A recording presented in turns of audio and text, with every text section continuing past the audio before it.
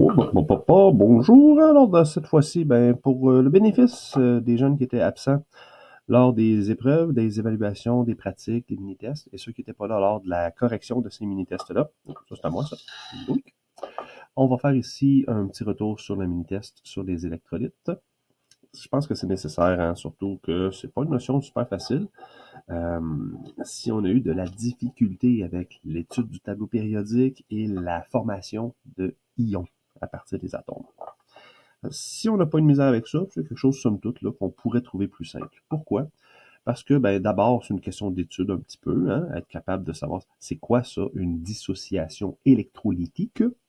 La dissociation électrolytique, c'est lorsque une molécule se dissocie. Donc, les atomes qui sont dedans vont se séparer l'un de l'autre de façon à former ensuite là, des particules chargées électriquement. En termes clairs, la molécule se sépare et forme des ions. On demandait dans la première question de voir ici, là, justement, as-tu bien étudié? Est-ce que tu sais c'est quoi par définition une dissociation électrolytique? Et d'entourer les bonnes réponses. Le A n'est pas une dissociation électrolytique parce que tout ce qu'on fait, c'est qu'on prend la molécule solide et on va la dissoudre de façon à ce qu'elle soit dans l'eau, qu'elle est dissoute sous forme aqueuse ensuite. Il n'y a pas apparition de particules chargées, donc ce n'est pas une dissociation électrolytique, alors que B, c'en est une.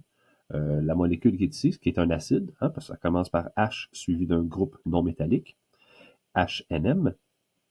On a bien ici formation de particules des ions positifs et des ions négatifs.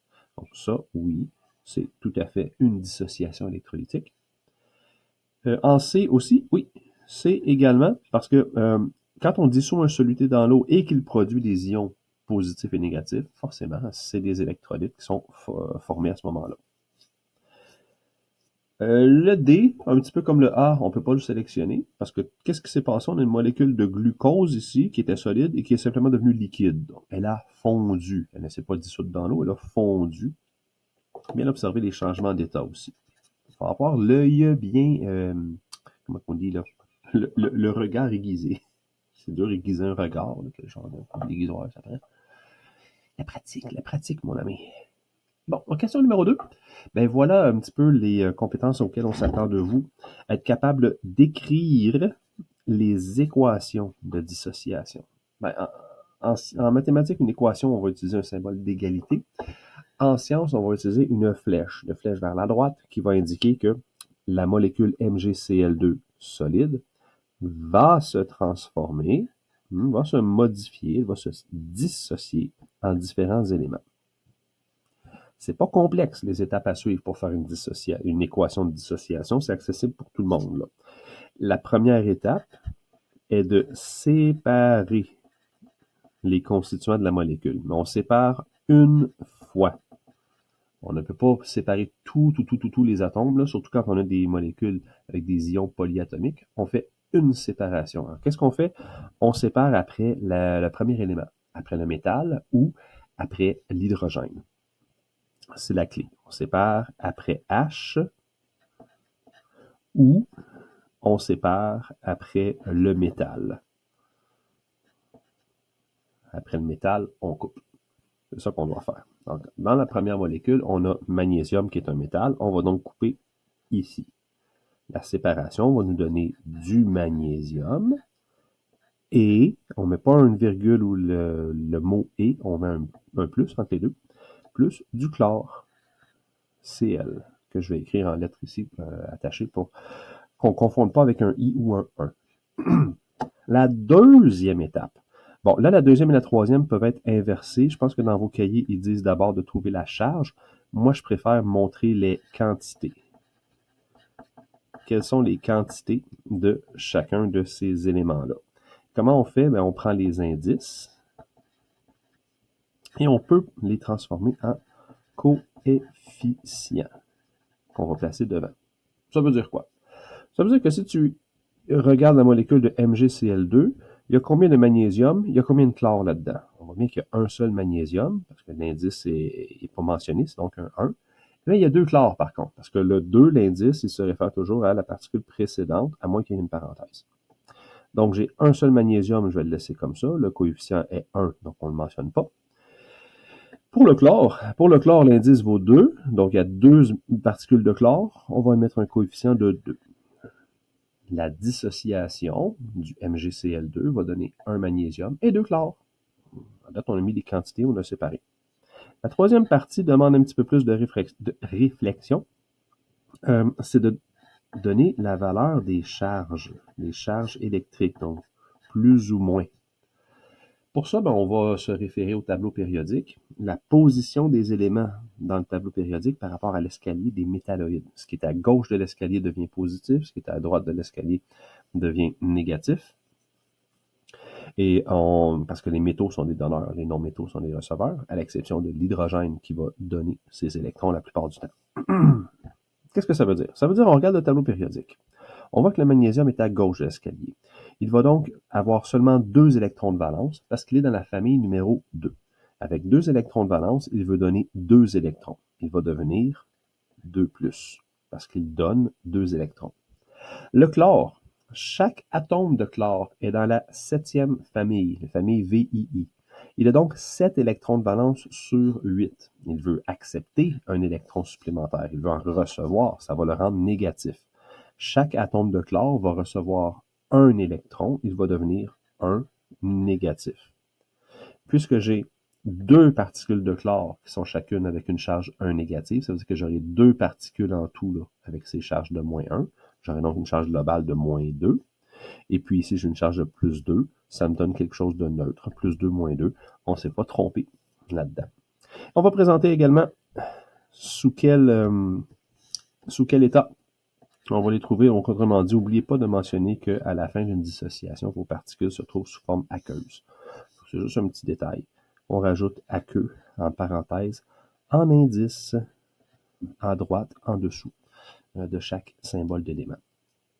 Une autre façon importante de voir ça, ou intéressante de voir ça, c'est de s'imaginer la particule de MgCl2. Alors pour ceux qui ont un petit peu plus de difficulté avec le vocabulaire des électrons de valence, des électrons à gagner ou à perdre, on va se faire des images.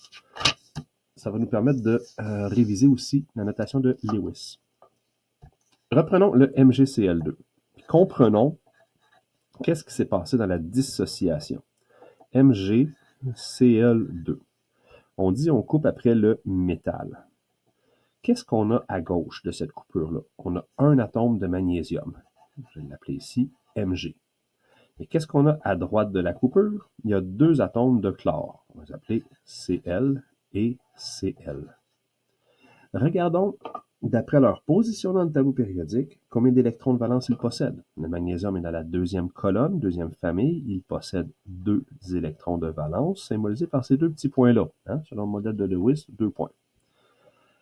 Les particules de chlore sont dans la 7e famille. Ils vont posséder 7 électrons de valence. Ils n'ont pas complété leur dernière couche, mais ils sont à la recherche d'un 7e partenaire ici.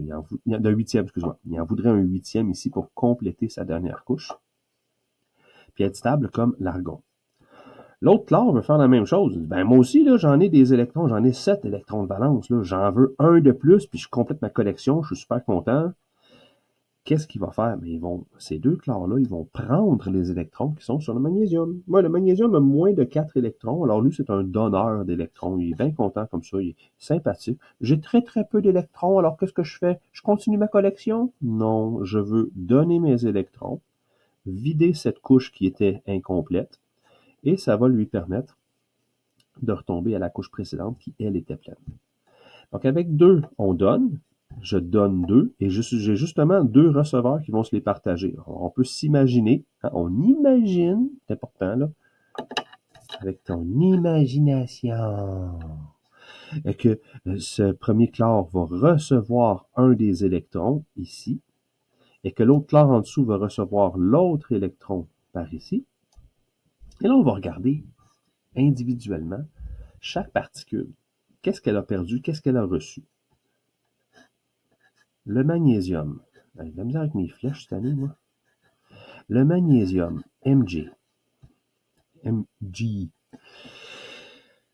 Qu'est-ce qui est arrivé? Il a perdu 2 électrons. Quand on perd des électrons, on perd du négatif. Donc, on devient positif. Pour ce qui est de la quantité, regardez ce qui est arrivé. Il en a perdu 2. Donc, on va dire 2 positifs. Le magnésium, Mg, il avait au départ 12 protons et 12 électrons. Il perd 2 électrons. Il tombe à maintenant 10. Son bilan de charge est 2 positifs. Pour ça. Et qu'est-ce qui arrive au chlore? Chaque particule de chlore gagne un électron. Je gagne un électron, je deviens donc moins 1. Quand on gagne des électrons, on reçoit du négatif. On devient négatif, on va devenir un négatif. Pourquoi pas 2 négatifs? Parce que chaque chlore reçoit un seul électron. On va mentionner qu'on avait 2 particules de chlore. On va mettre un coefficient de 2 en avant. On présente ça comme aqueux. C'est un peu plus long de le faire avec le dessin, mais je pense que des fois ça peut aider pour la compréhension de ce qui s'est passé. Pour la charge moins 1, rappelle-toi aussi que notre chlore Cl, il possédait 17 protons et 17 électrons. Et là, il vient de gagner un électron. Il a gagné, j'en gagne un de plus. Fait que j'arrive à 18 pour les électrons. Si je fais un bilan des charges, j'ai un avantage du côté négatif, un avantage de 1, mais c'est pour ça qu'on dit 1 moins. Alors, précédons la suite.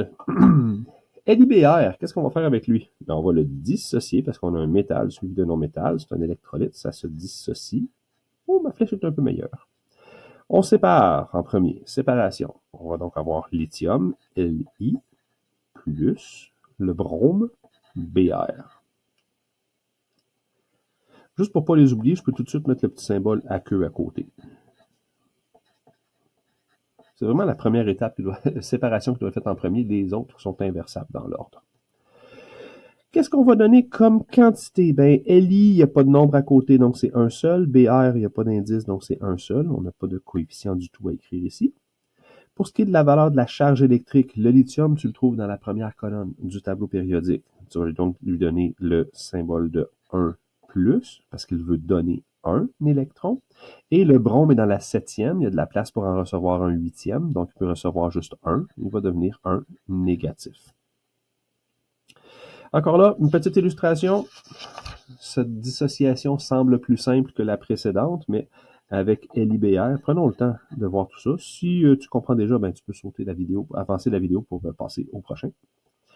LiBr, on coupe après le métal. Qu'est-ce qu'on va obtenir? À gauche, j'ai une particule de lithium qui est dans la famille 1, avec un électron de valence.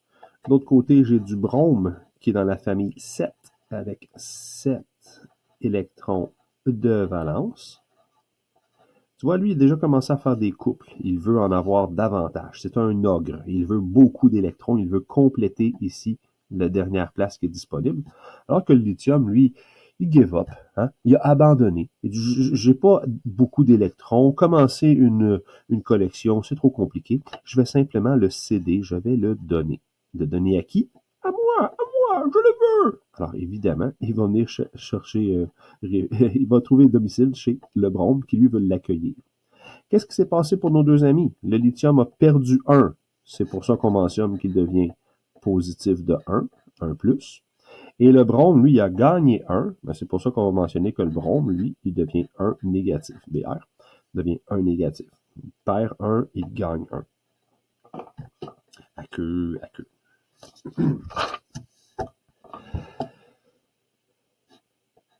Là, pour ceux qui suivent la vidéo et qui n'avaient pas fait le mini-test, on mettrait ça en pause. Puis on essaye à la maison d'essayer ces deux derniers-là, de votre côté. Et puis ensuite, ben, on revient à la vidéo pour voir la correction, voir si on a eu le bon résultat, la bonne réponse. Alors, voyons votre démarche.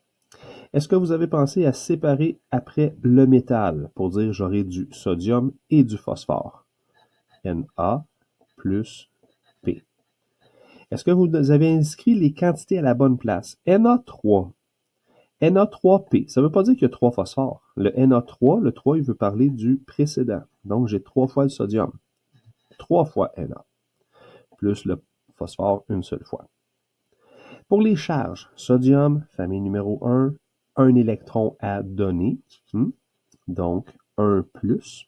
Et le phosphore, famille 5. 5 sur 8. Il n'est pas loin de 8 sur 8. Il veut en recevoir 3 pour se rendre là. Donc, il va recevoir 3 électrons, il va devenir 3 négatifs. Le petit symbole indiquant l'état en solution aqueuse. Bon, comment ça, 3 fois 1 plus, et puis 1 fois 3 moins? Si on fait un dessin pour celui-là, Na3P, ça veut dire qu'il y a 3 sodiums. 1 avec son électron de valence, 2 avec son électron de valence, et 3 avec son électron de valence. À donner, parce qu'il y en a très peu sur sa collection, alors il va simplement le céder. Moi, je donne 1, moi aussi, je donne 1, et moi, je donne 1. De l'autre côté, qu'est-ce qu'on a? On a simplement un phosphore, une particule de phosphore qui est dans la famille 5. 1, 2, 3, 4, puis juste pour la clarté, je vais mettre le cinquième ici, 5. Qu'est-ce que tu vois là? Tu vois que le phosphore, il y a de la place pour en accueillir 3. Il va donc recevoir celui du premier azote, du premier, je me mélange souvent, du premier sodium, le deuxième sodium, et le troisième sodium va donner son électron ici. Qu'est-ce qui est arrivé à nos amis? Chaque élément de sodium a perdu un électron.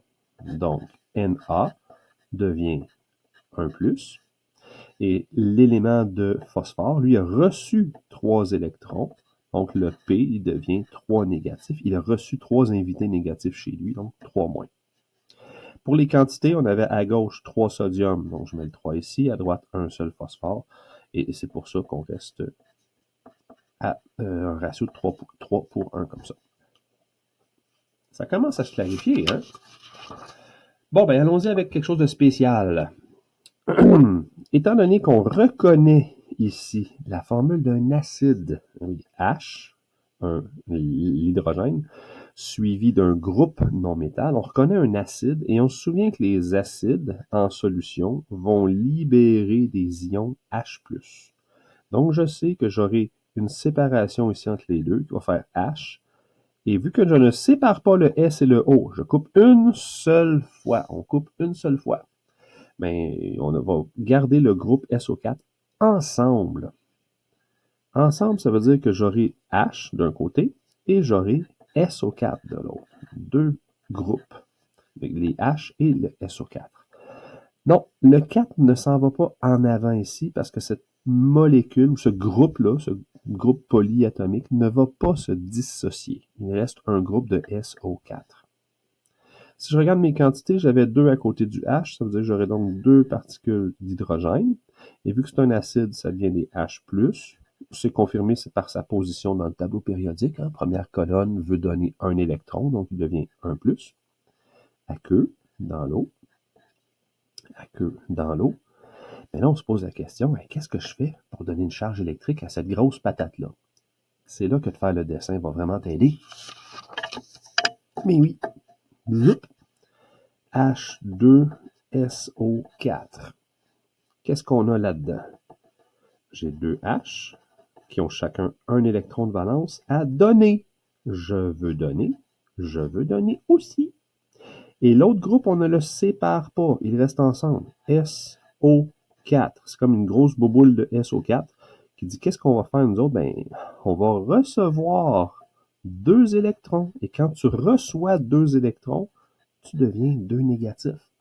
On vient de découvrir sa charge à ce groupe-là, sans avoir à regarder le tableau périodique, simplement en regardant qu'est-ce qui s'est passé de l'autre côté. Il y a eu 2 dons, donc je dois recevoir 2, et en recevant 2, on devient 2 moins comme ça. On va donc pouvoir l'écrire SO4 exposant 2 moins de cette façon-ci. Il n'y aura pas énormément de questions avec des ions polyatomiques, mais s'il y en a, ça va être au niveau des acides et des bases. Pourquoi des acides et des bases? Parce que plusieurs acides vont se terminer par un groupe, et les bases se terminent par le groupe OH. Alors, par exemple, si on avait une dissociation de bases à faire, comme blablabla, qu'est-ce que je te ferais bien? LiOH. Là, tu regardes ça, tu te dis, tu vas couper à côté du métal, mais tu ne coupes pas ici, parce que là, tu as un groupe OH, tu as même une substance basique, et par définition, les bases libèrent des ions OH-. Alors, on aurait donc Li plus le groupe OH-1.